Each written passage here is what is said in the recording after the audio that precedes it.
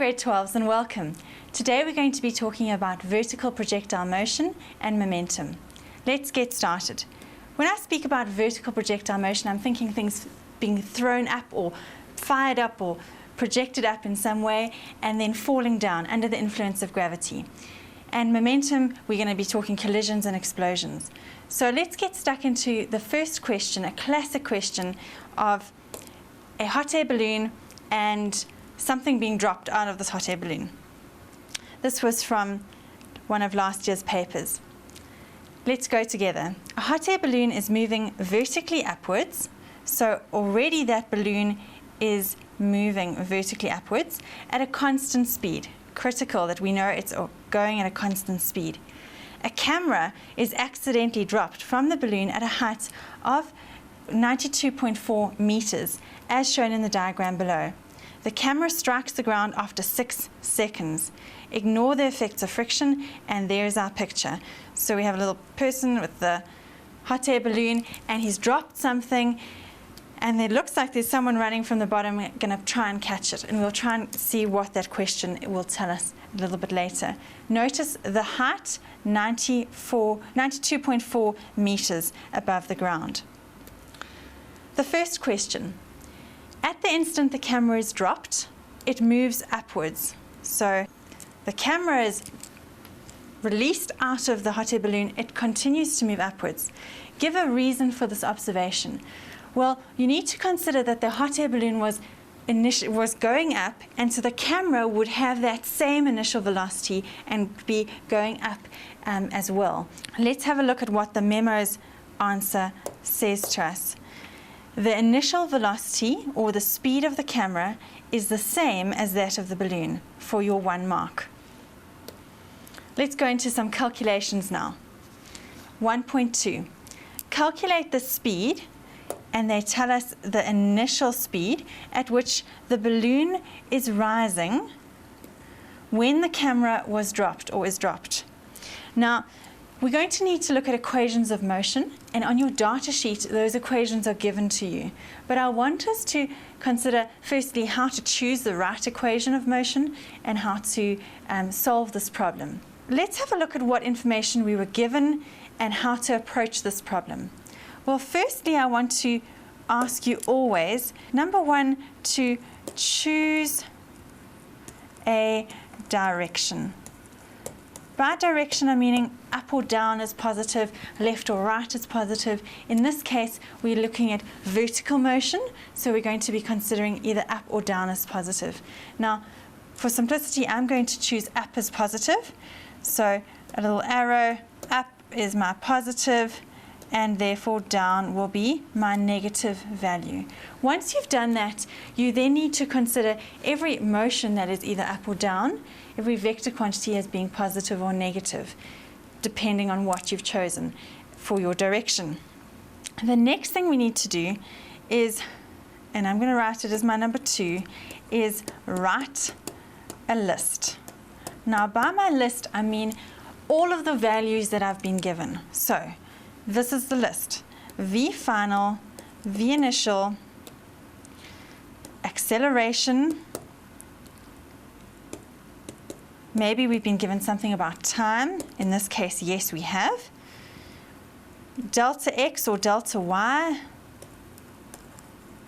which in this case is my height, that this camera has been dropped, and that should give us a good start. So we've chosen direction, and number 2, we're writing a list. Let's go back and see what the question told us, and we have the camera is accidentally dropped from the balloon at a height of that. So this is the height that the camera is going to fall from, and they tell us that it strikes the ground after 6 seconds.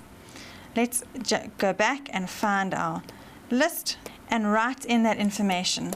So final velocity I don't have. Initial velocity, that's what I'm trying to find. So I'm going to put a question mark there. They're asking me in this question the speed, the initial speed at which the balloon was rising, and so therefore the camera has as well. The acceleration, well, acceleration is a value I know. It would be the acceleration due to gravity. But notice here we've chosen up as positive, so down is negative, and gravitational acceleration will be pulling this camera down, so that needs to be a negative value. Time was 6 seconds. Time is a scalar quantity, so we don't need to write positive or negative there. It will be fine. And then lastly, the height from which it falls. Again, it's falling down, so 92.4 meters was my value of this fall.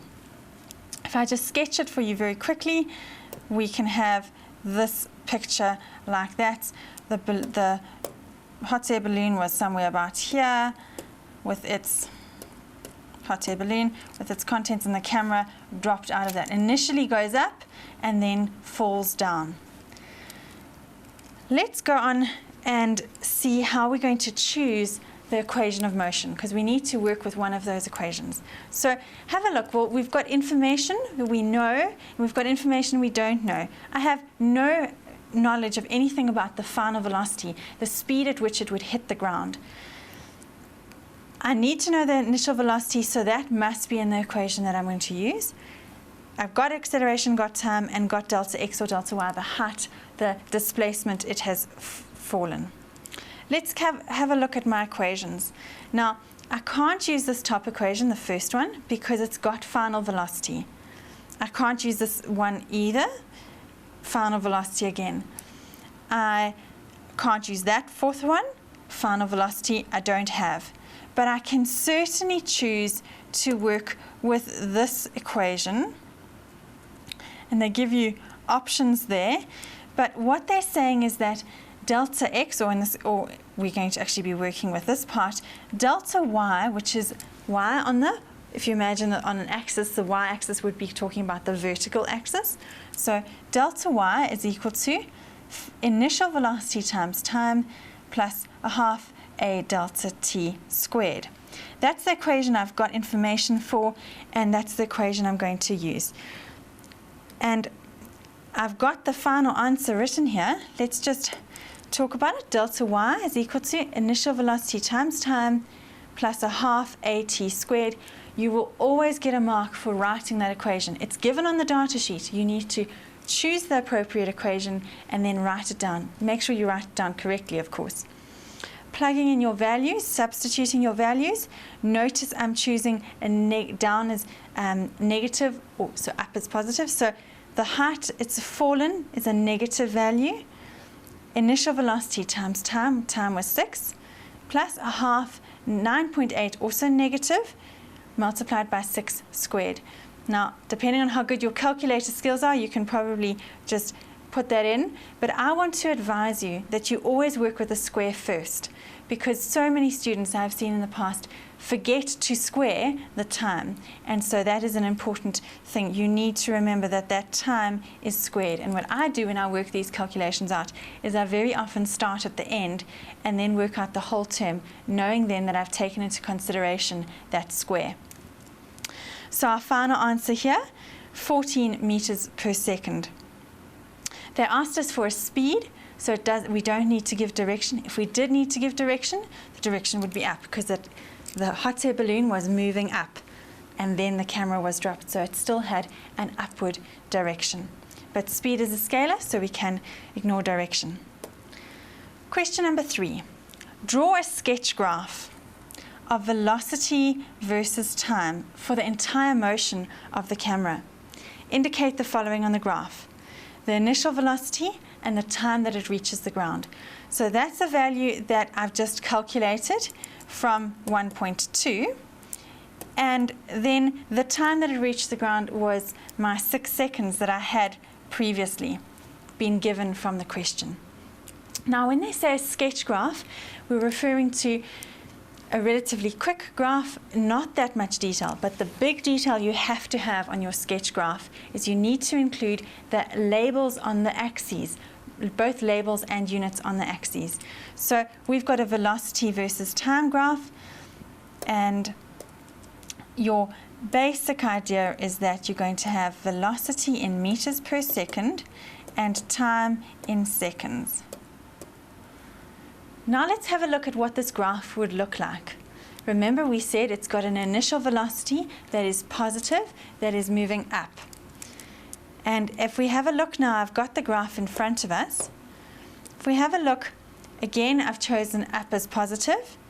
And what you should notice here is that we've already got 14 on the graph. That's a value that I needed to include because they asked me to indicate the initial velocity on the graph. That's a positive number because it was originally moving up. Then we have a look, it goes through 0, we'll talk about that, and continues down for 6 seconds.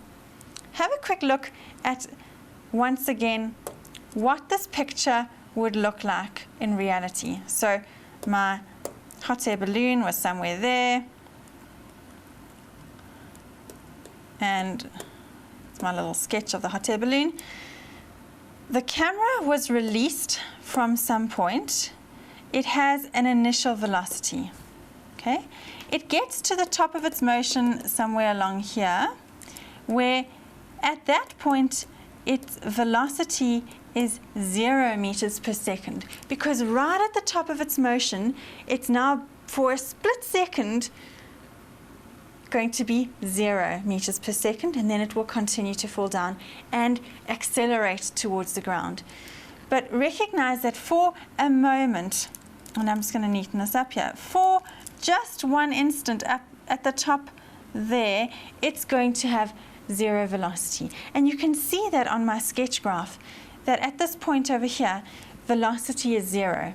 That's very important. That's something that markers would be specifically looking for, that you recognize that this thing has got initial velocity to 0 and then final velocity. And that final velocity, because you've chosen down as negative, will be on the negative part of your graph. Let's continue to the next part of this question. If a jogger who was 10 meters away from point P as shown in the above diagram. Now, let's see, I think I've got the diagram. There it is in front of us. So here we've got a little guy. He happens to be running. He looks up into the sky and suddenly he sees the camera being dropped from this point up here. Okay? If a jogger 10 meters away, that's a distance or displacement value, from point P as shown in the diagram, running at a constant speed, that's critical as well, that he's going at a constant speed, and they give us the value of 2 meters per second. He sees the camera at the same instant it starts falling. So from that we know the time is the same for both the camera falling and the jogger running. From the instant it starts falling from the balloon, will he be able to catch the camera before it strikes the ground? So will he be able to get there in time to catch this camera? Use a calculation to show how you arrived at your answer. Well, we've got quite a lot of information here, but the basic idea is that he was going at, his velocity was 2 meters per second, right? He's got a distance of 10 meters to cover. Will he get there in time? Well, this goes back to a constant velocity value, okay, 2 meters per second. And coming back, we can have the very simple equation, and I'm going to keep writing in green so you know that it's the jogger's values. Velocity is equal to delta x over delta t, which is distance over time. So we've got the distance, we don't have the time, and that's what I want to work with. Rearranging the equation, solving for t, delta x over velocity is equal to 10 meters divided by 2 meters per second. And will he get there? Well, your math should be good. He gets there in 5 seconds. Will he catch the camera? Well, hopefully, if his ball eye skills are good, he should, because he could get there in time, certainly. He should be able to cover that 10 meters in 5 seconds, and so the camera was only falling in 6 seconds, was only going to reach the ground. So yes, he should be able to catch the camera. The time is less than 6 seconds. I hope that's been helpful for you. we'll stop there and come back with some more questions and some graphs on equations of motion and projectile motion.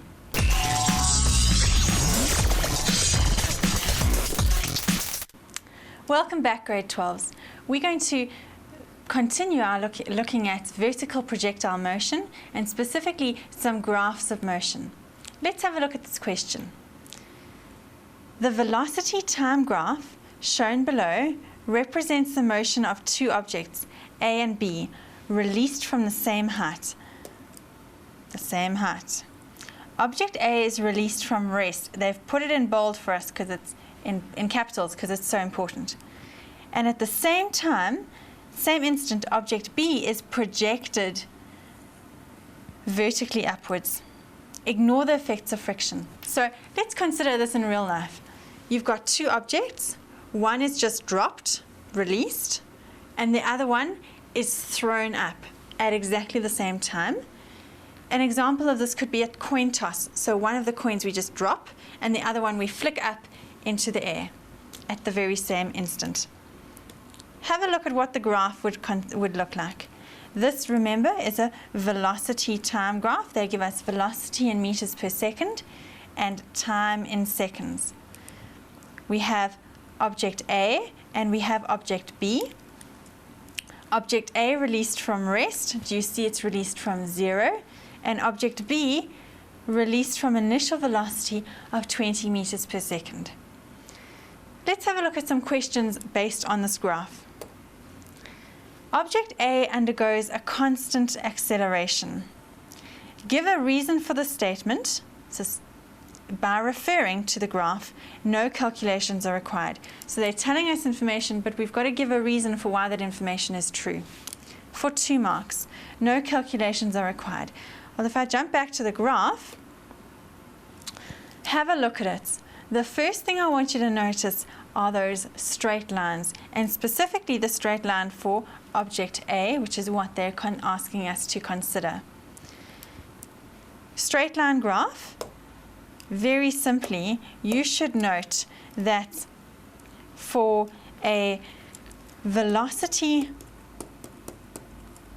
versus time graph, your acceleration is equal to the gradient. Now, let's just consider what gradient means. It is the change in the vertical or the y-axis divided by the change in the x-axis. And for velocity time graph, velocity is on the y-axis, so that would be change in velocity divided by what's on the x-axis, change in time. And that is exactly the same as acceleration. So because we have the gradient is the constant for a straight line, you know that the acceleration is also constant, and it's actually negative 9.8 if you consider the graph as a negative, and our memo will tell us exactly the same thing. The gradient of the graph is constant, so therefore it must be undergoing a constant acceleration. To the next question, 1.2. At what time or times is the speed of object B equal to 10 meters per second? So, at what time is the speed of object B equal to 10 meters per second? That's going to be reading off this graph, and I have it below.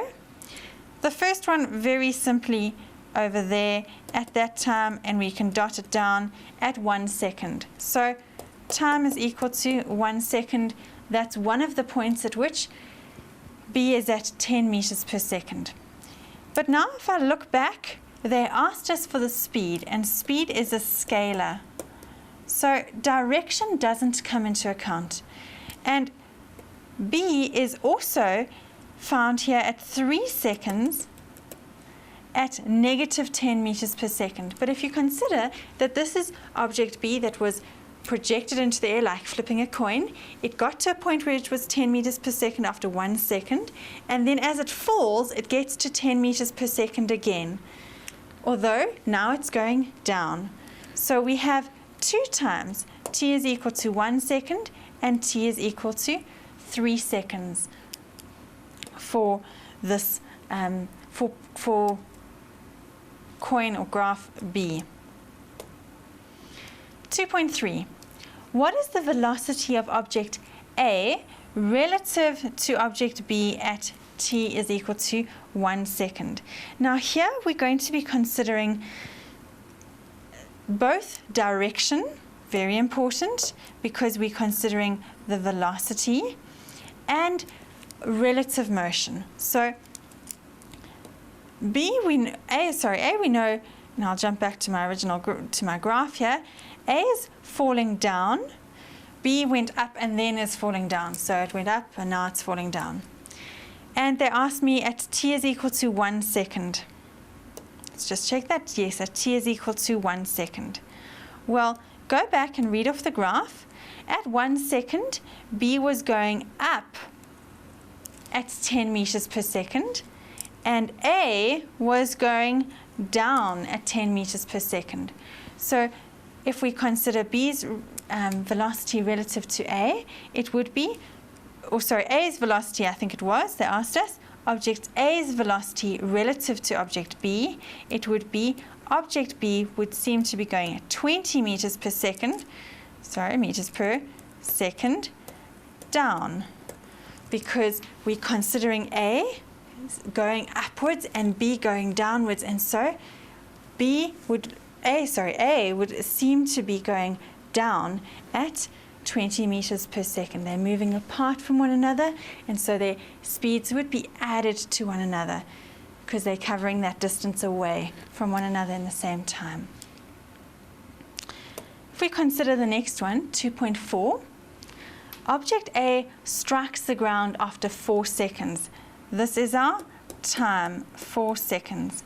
Use equations of motion to calculate the height from which the objects were released.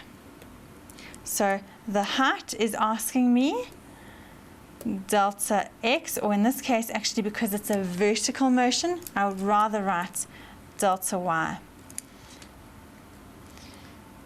It strikes the ground, use equations of motion to calculate the height from which the objects were released.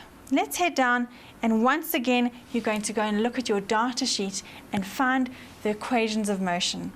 Now once more I want to choose direction, and I'm going to shift up just here.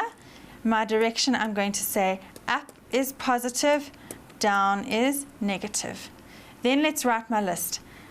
We had t is equal to 4 seconds. T was equal to 4 seconds. We have initial velocity. Now what was the initial velocity? This was for object A. Object A was released from rest, so its initial velocity will be 0 meters per second.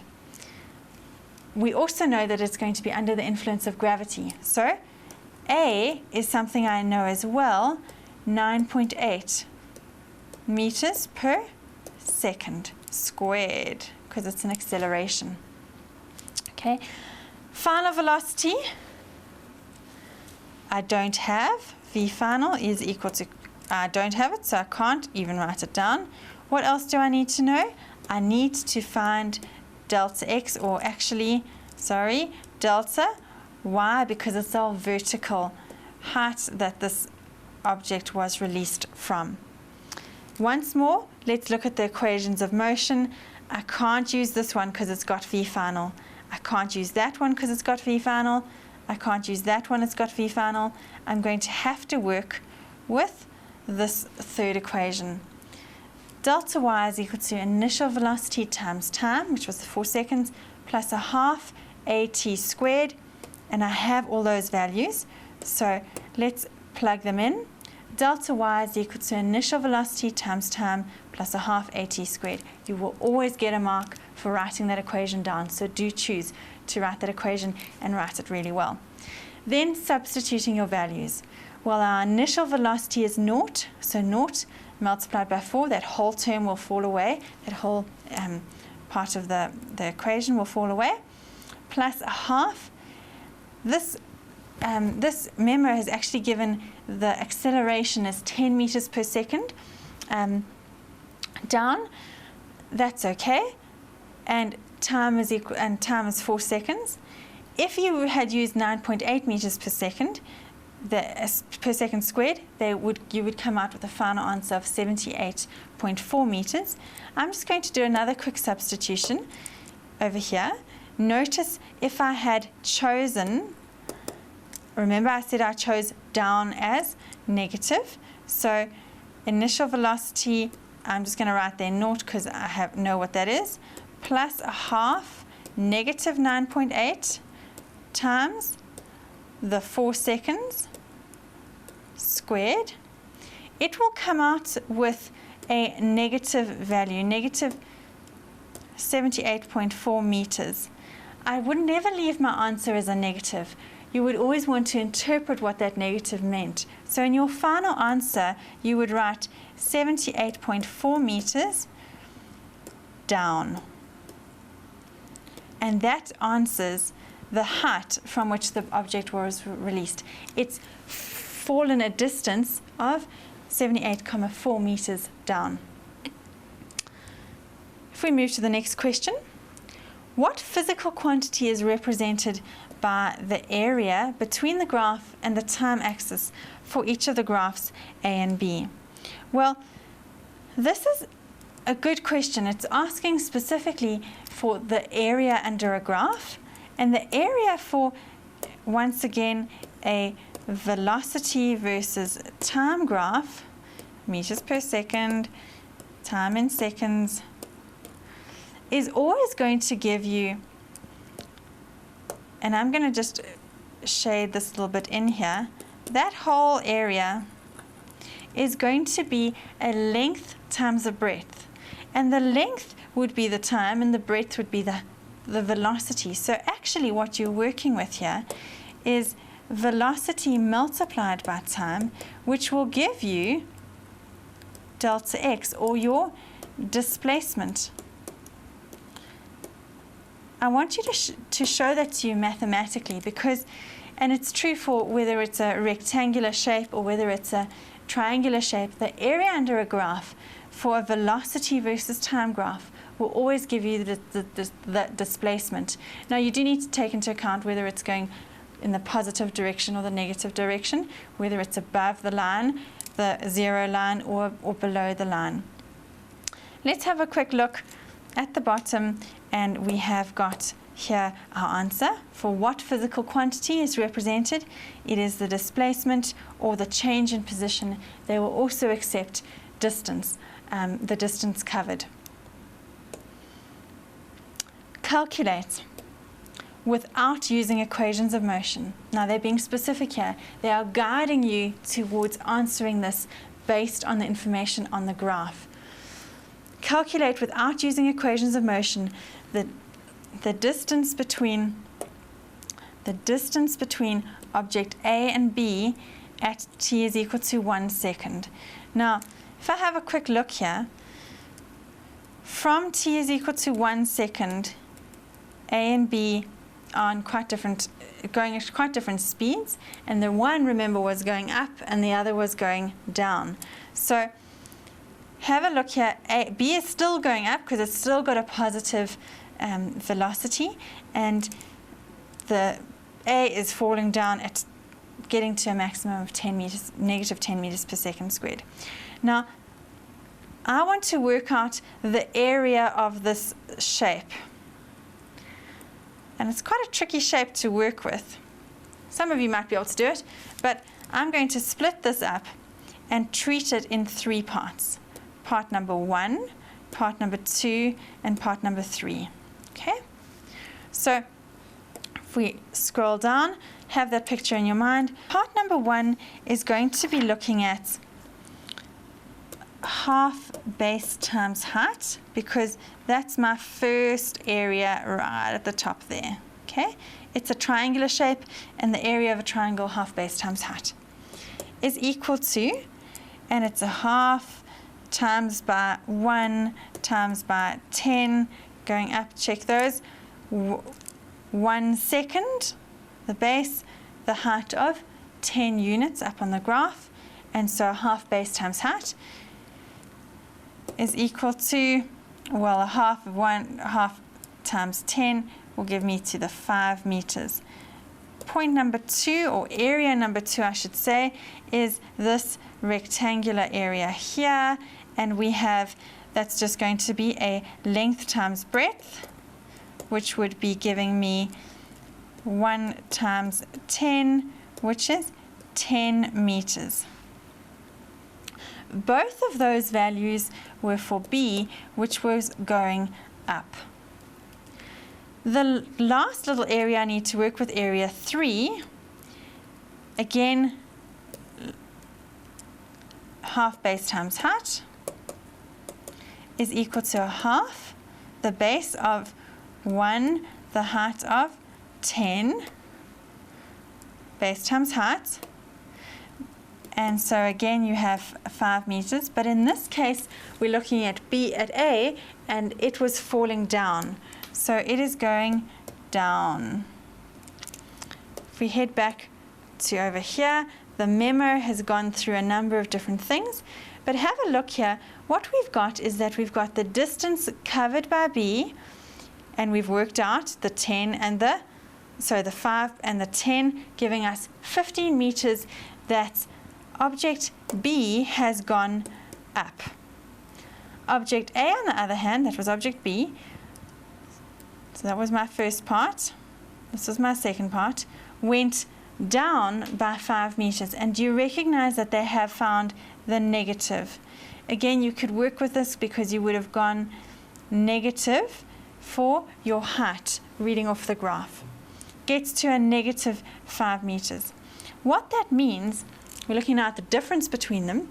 A has gone up, B has gone down. So when you add them, you're actually working out the difference, and the direction comes into play, and you would say the difference between them is 20 meters. 15 up minus the 5 negative down is going to give me my total of total of 20 meters difference between those two. And that's the end of question 2. When we come back, we're going to look at relative motion and some momentum questions. So do join me again.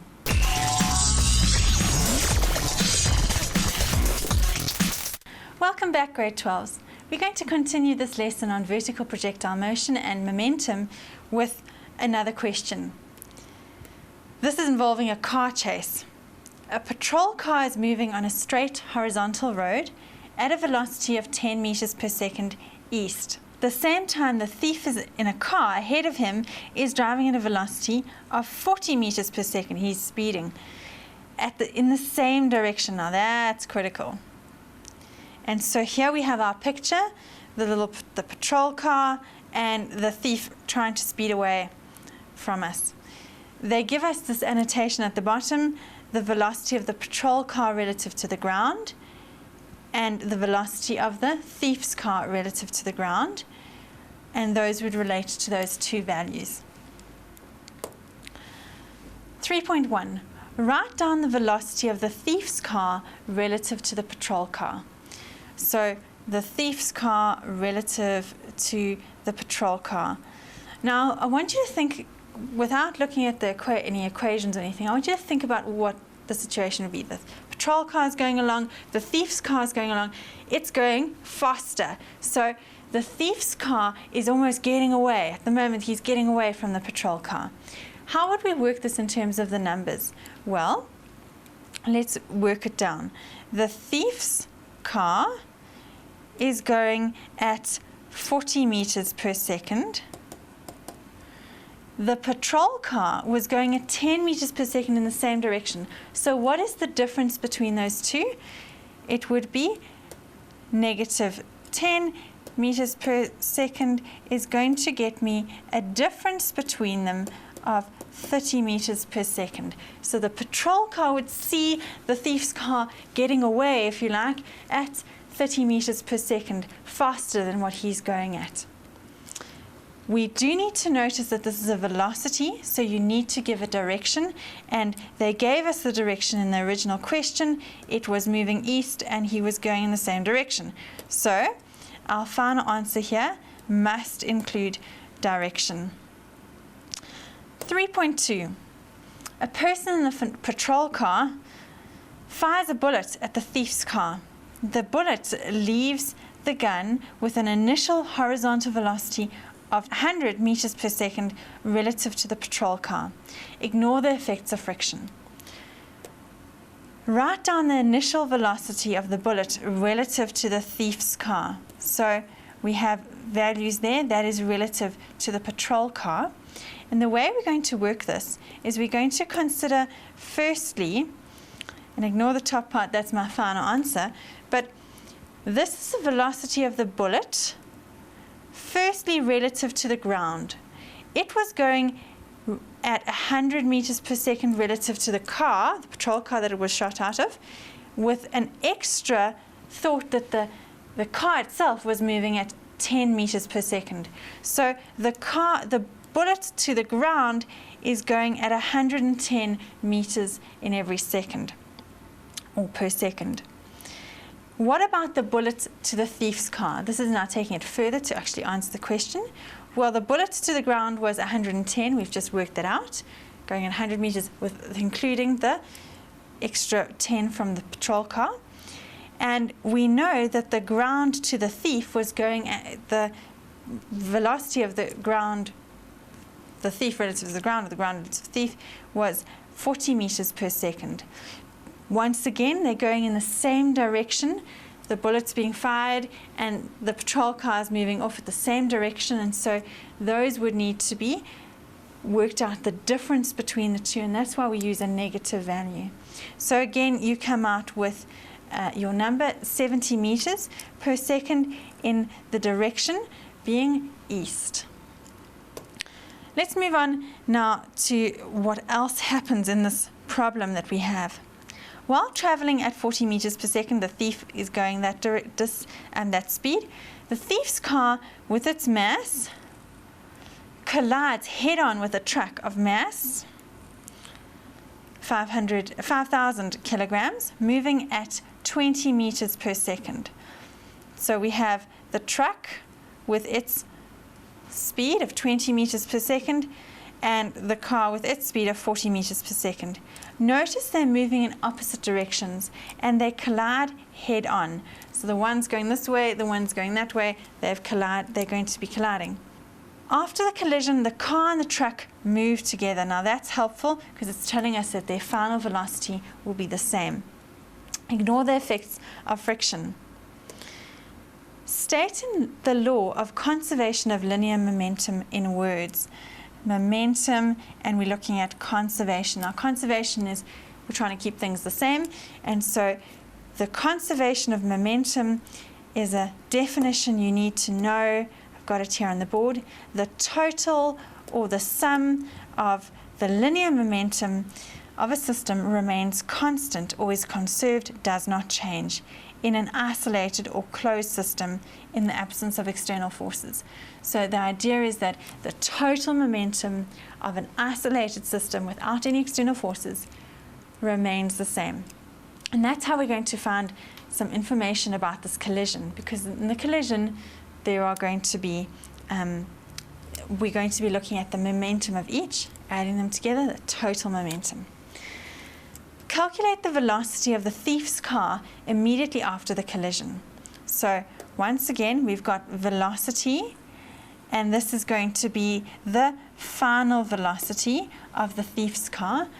I did say to you at the beginning that they said to us in the question that they move together. So their final velocity for the truck and the car will be the same.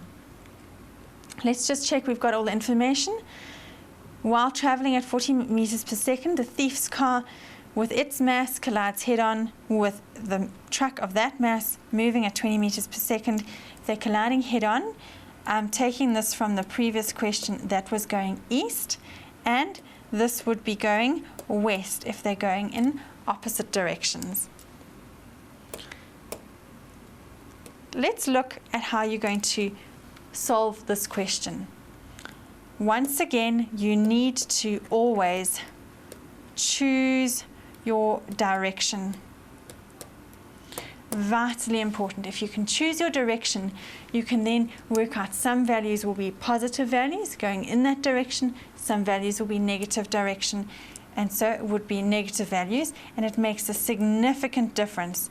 I'm going to choose to the right as positive. That's the way I often like to work things. To the right is positive, and conversely, obviously, to the left is going to be a negative.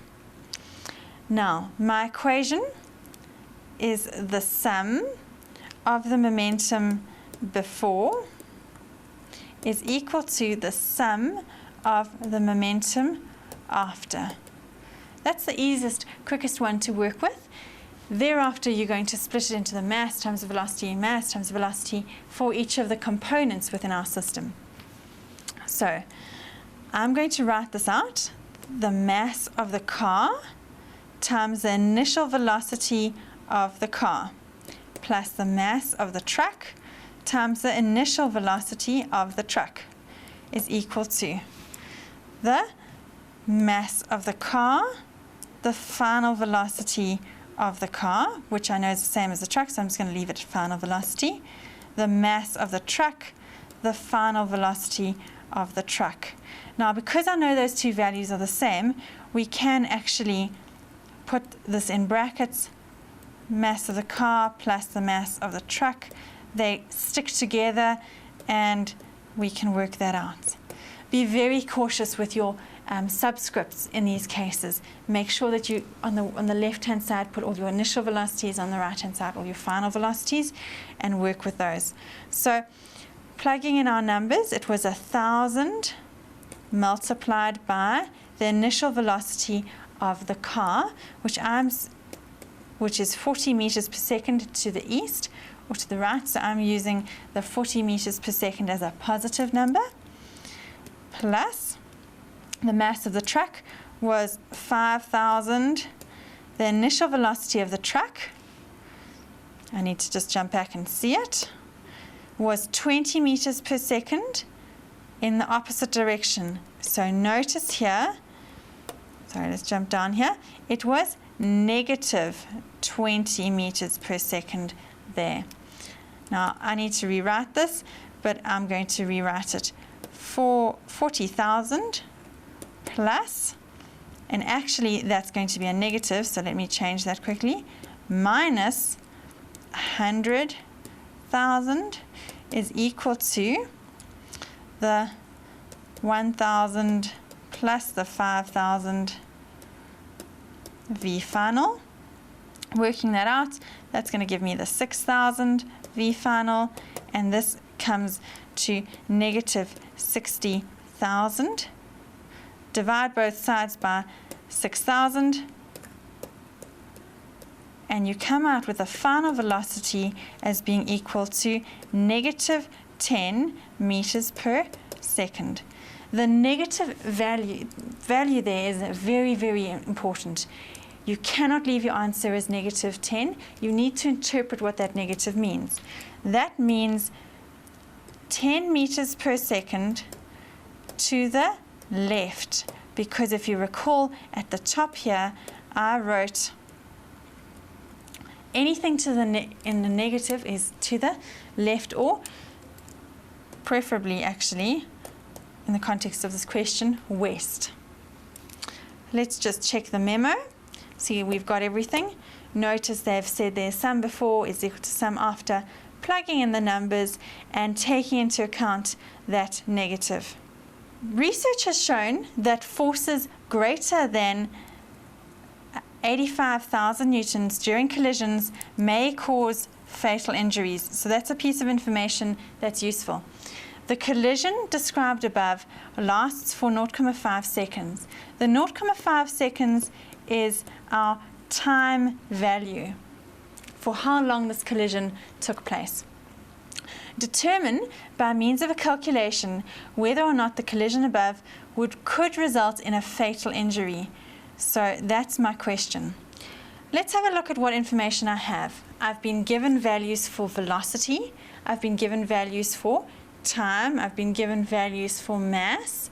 I know both final and initial velocity. So the equation we're going to be working with is force multiplied by the change in time will be equal to the change in momentum, which is the same thing as the change in, the mass multiplied by the change in velocity. Having a look at this, let's rearrange it. Force is equal to, that's what I want to get by itself, is equal to mass, the final velocity minus the initial velocity divided by the change in time. Let's just go back and consider, make sure we've got all our values for velocity. This car was going, it's my little car, was going east at 40 meters per second. Once it had collided with a truck, it is now going negative 10 meters per second. We got that from our previous question, which meant 10 meters per second west.